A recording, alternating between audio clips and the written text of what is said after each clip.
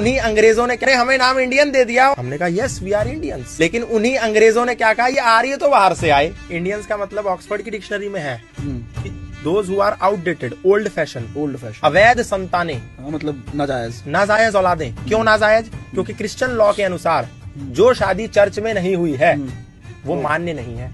अब हम लोग तो चर्च में शादी कर नहीं रहे, भारतीय संस्कृति में तो फेरे हो रहे हैं, तो इसका मतलब उनकी दृष्टि में हम अवैध हैं। जो हमने शादी करी वो अवैध, और जो हमारे बच्चे होंगे वो अवैध, तो इंडियंस, वो इंडियंस। और वो हमने ले ली।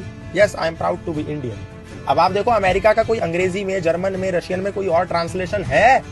दुनिया की किसी भी भाषा में अमेरिका को कुछ और कहते हैं, रशिया को कुछ और कहते हैं, यूक्रेन को कुछ और कहते हैं, कनाडा को कुछ और कहते हैं, जापान को कुछ और कहते हैं। लेकिन भारत में सरकारी गाड़ियों पे लिखा है भारत सरकार और नीचे ट्रांसलेशन गवर्नमेंट ऑफ इंडिया।